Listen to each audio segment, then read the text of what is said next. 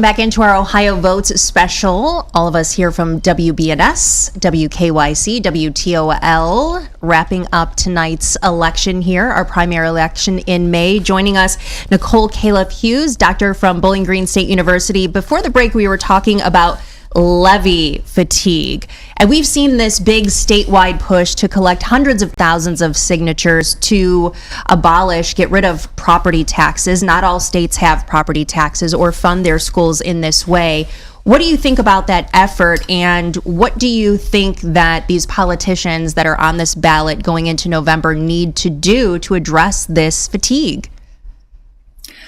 Well, the thing with property taxes and taxes broadly is that the money has to come from somewhere. And so the states that don't have property tax find that revenue source through another form of taxation. And so states without income tax, like Texas, tend to have higher property taxes than we do here. States without property taxes tend to have higher income and sales taxes. And so if Ohio were to get rid of property tax, which there has been an effort to do, some of the estimates coming out are that we would have to have about a 20% sales tax to recoup that revenue that the state depends on.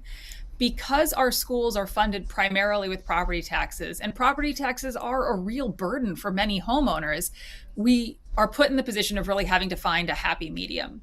We cannot just get rid of all taxes without another revenue source, but we're putting an increasing burden on school district residents and communities because we fund our schools this way. And the legislature has really struggled to come up with a meaningful policy solution and to adequately fund it. And the problem is, as schools run out of money and they start putting repairs and stuff on the back burner because the resources just aren't there, then they need to make larger and larger asks, and voters are tired of it. But it doesn't mean that the need isn't there. And that's kind of the inherent tension, is that you can't get rid of the schools. You have to fund the schools, and the money is it's a very tight stretch right now. You know, Doctor, we were talking about earlier that some communities are now trying, because after trying and failing so many years to try to pass a property tax increase, you know, they're switching to the approach of increasing income taxes in order to lure more retirees who didn't want to see couldn't afford their property taxes, going up. So maybe, since they don't really have as much income, in their older years, maybe they'd be more inclined to vote for an income tax levy to support schools. But, we saw that failing here in Pickerington. Mm-hmm. So, what's your take on that approach?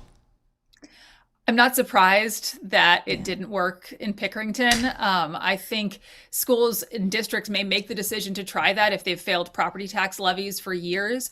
But if they've failed property tax levies for years, people are not going to be eager to pay an income tax levy either.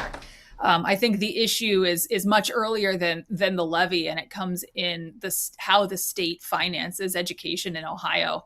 And this has been going on. This is not a new problem. It's been going on for decades, but we're hitting a more critical period as funds are truly running out right now.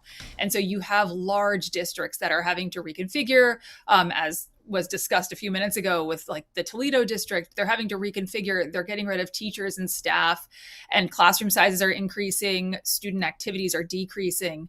But the problem is you still need to keep the buildings open.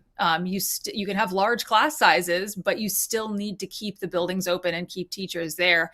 And so if voters are not willing to support a property tax levy, they are likely not going to support an income tax levy.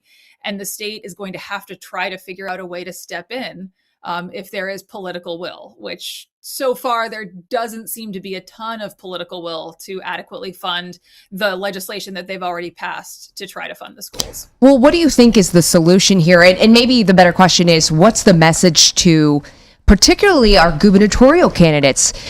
When we know there is levy fatigue out there, there's a lot of confusion on how schools are funded in this state. And there is that effort to eliminate property taxes because there is such frustration, people thinking, okay, my lawmakers aren't doing enough. We're just going to eliminate this altogether. So what's the message to Vivek Ramaswamy and Dr. Amy Acton as they try to lead this state? What should they be doing to tackle this issue on the campaign trail? It's going to be really, really challenging for them because they're going to need to take a really complex issue, which is Ohio's school funding formula, and translate it into something that voters can understand and policies that they agree with. And if you listen to both candidates' acceptance speeches for their party nominations tonight, and Vivek Ramaswamy talked specifically about lowering taxes, and he highlighted Texas as a state with low income taxes. What he didn't mention, though, is that Texas has significantly higher property taxes than Ohio. And so it's really a balancing act because states need this revenue to function. And so both candidates are going to need to come up with their plans and then come up with plans that they can sell to the Ohio legislature that they can get passed to enact meaningful change for Ohioans. And so hopefully we're inching towards that from like a voter perspective, but it is really tricky because everyone understands education, but the funding formula in Ohio is particularly challenging, and that's why this is just a tough issue.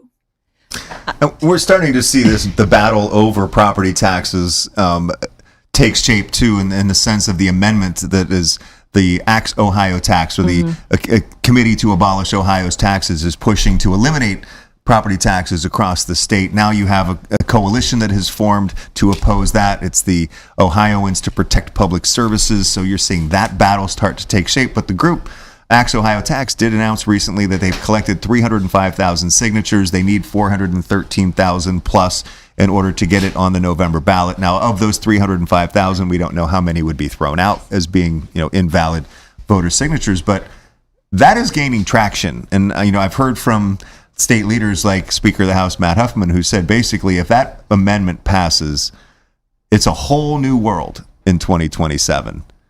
What's your take on if that does go through?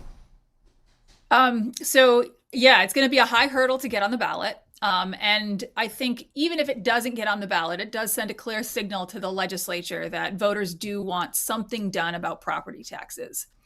If that were to make it onto the ballot, and if it were to pass, it would devastate public services in Ohio in a way that people who live here have never seen.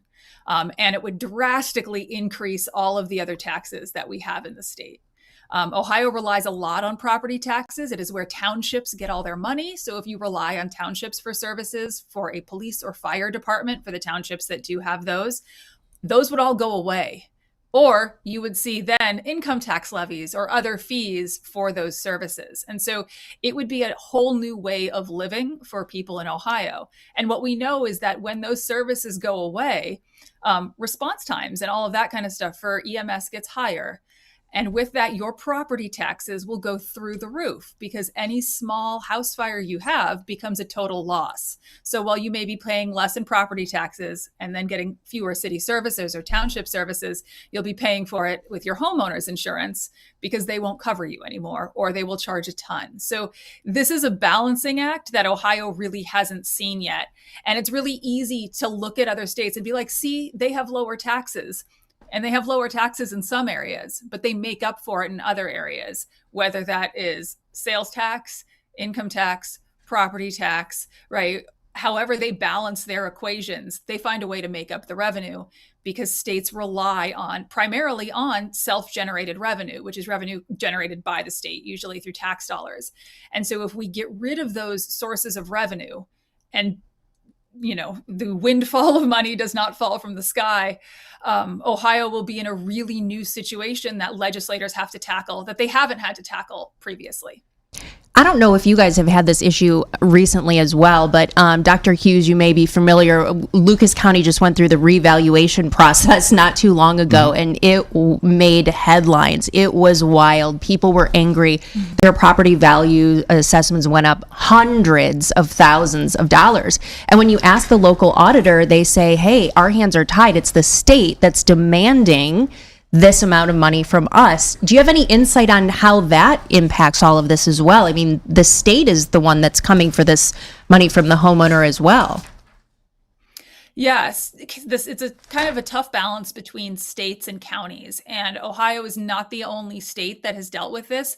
And if we go way back, some 50-ish years, California dealt with this, and California saw such high property taxes that people were losing their homes. And so, through the initiative process, kind of like what's happening now with the Ohio efforts to ban property tax here, there was a citizen-driven initiative that capped property taxes in California. So it prevents the reevaluation of your property tax without selling it. So theoretically, it allows someone to keep their home because their property taxes don't go up at an unexpected rate.